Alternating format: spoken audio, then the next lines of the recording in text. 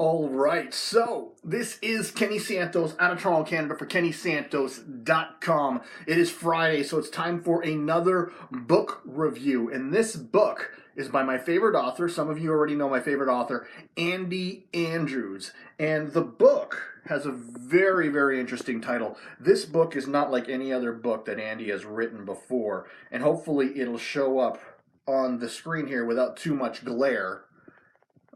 Kind of see. Let me move it there. That is How do you kill 11 million people? It's by Andy Andrews. The subtitle: Why the Truth Matters More Than You Think. Why the Truth Matters More Than You Think. This book is unlike any other book that he's written. A lot of Andy's books, they're about common sense. They're about inspiration, and he teaches us through stories. But this book isn't like that. This is a very political book. The title, How do you kill 11 million people? That is the number of reported people killed by the Nazis during the Holocaust. All right, 11 million people. And it's a book on politics. I actually first heard Andy talking about this book over a year ago on his podcast, when it was most of the talk in society was about the upcoming election. Now, the election has already taken place. It was Trump and Hillary. That's the election I'm talking about. And someone asked him, "Are you a Republican or a Democrat?" And his response was one of the best I've ever heard. He says, "This is not about us versus them. This is about we. How are we all going to get along?" And hold on a second here. There's a couple questions. This is from the notes, the author's notes that Andy wrote. Just 2 pages. But basically, this is the end of it. He goes, "Several years ago, I asked myself these 3 questions. Where do we begin to find common ground in regard to what we want for the future? Is it possible to write something that doesn't use the words Republican or Democrat, liberal or conservative, yet conveys a message with which everyone could still agree? Can it be written in a concise fashion, allowing anyone to read it, clearly understanding the message, and be empowered in less than 15 minutes? Here, then, is the answer to those questions." This is a quick read. I read it during my morning commute.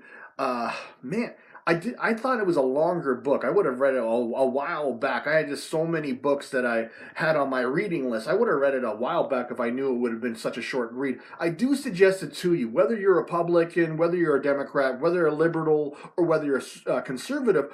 It's a great read. And there's a lot of people that during the election times, they refuse to vote. And Andy, after he writes his author's note, he also puts in a quote by Plato. He says, "The punishment which the wise suffer who refuse to take part in the government, therefore they don't even want to be part of politics, they don't even want to vote, is to live under the government of worse men." I'll repeat that one more time. "The punishment which the wise suffer who refuse to take part in the government is to live under the government of worse men." And it really makes you think, is it the regime, when it comes to, I was going to say the regime, but when it came to the Nazi, was it Hitler we didn't trust, or was it the silent majority of people that let it happen? What was the problem here, and how does it happen, and how can we stop that from happening ever again? And if we continue the conversation of Democrats versus Republicans, I don't think that we can stop that from happening. This is about it's not about left versus right. This is about us coming together as a union. It's about a we argument. And quite frankly, I don't know how that's going to happen. All right.